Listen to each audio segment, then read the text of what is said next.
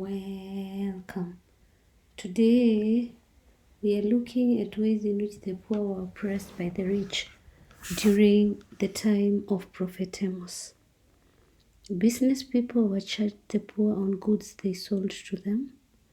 Wealthy merchants sold goods to the poor that were unfit for human consumption.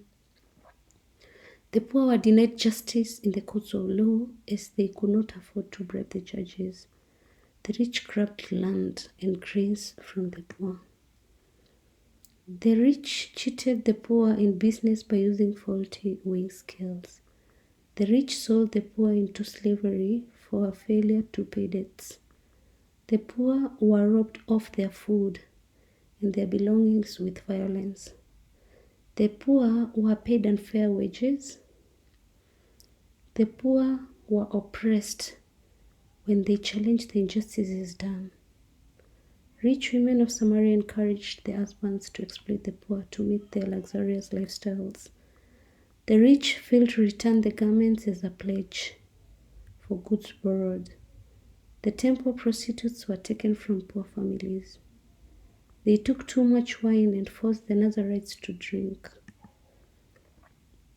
Evils Amos would condemn in Kenya today: bribery and corruption in courts of law and police service, cheating in business by use of faulty scales and hoarding in markets, high interest rates on loans charged by banks, selling of the property of the poor for failure to pay loans on time, widening gap between the rich and the poor, drunkenness which has led to breakup of families, sexual immorality, for example, homosexuality, bestiality, robbery with violence, land grabbing, sale of substandard goods to the poor. Ways in which the poor are oppressed in Kenya today. The poor are denied justice in courts of law. The poor are made to work for the rich for very little pay.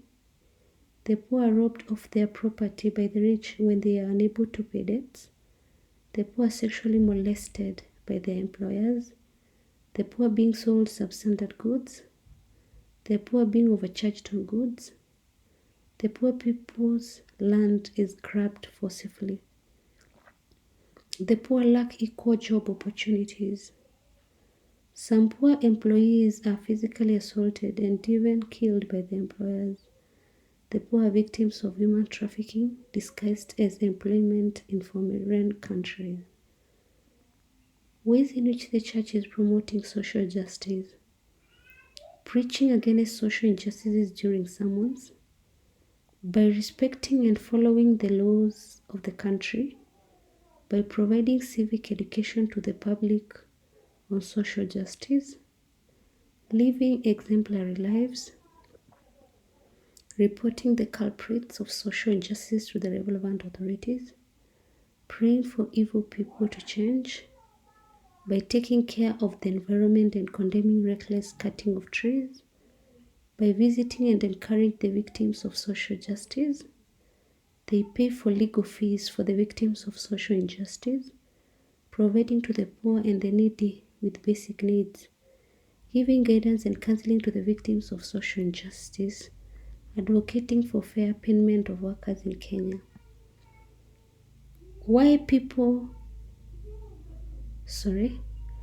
Prophet Amos is called a prophet of God's justice. He condemned the oppression of the poor by the rich. He spoke against dishonesty in business. He criticized those who lived in life of extravagance. He condemned bribery and corruption for fellow Israelites. He condemned Israelites' neighbors who practiced injustices. He taught against enslaving of fellow Israelites. He called upon justice to flow like a river. Relevance of Amos' teachings on social justice and responsibility. Christians should condemn bribery and corruption. Christians should be just and fair to everyone. Christians should be honest in their business undertakings. Christians should not pursue luxury and self-indulgence while others are suffering. Christians should acquire wealth in honest ways. Christians should seek, or basically Christians should speak against all forms of injustice. Christians should not be driven by drunkenness which harm their body. Christians should not engage in sexual immorality which defiles their bodies. Christians should mind the welfare of others all the time. Christians should respect one another. Leaders should ensure that peace and justice prevail for every citizen. Thanks a lot for subscribing and listening to me. God bless you.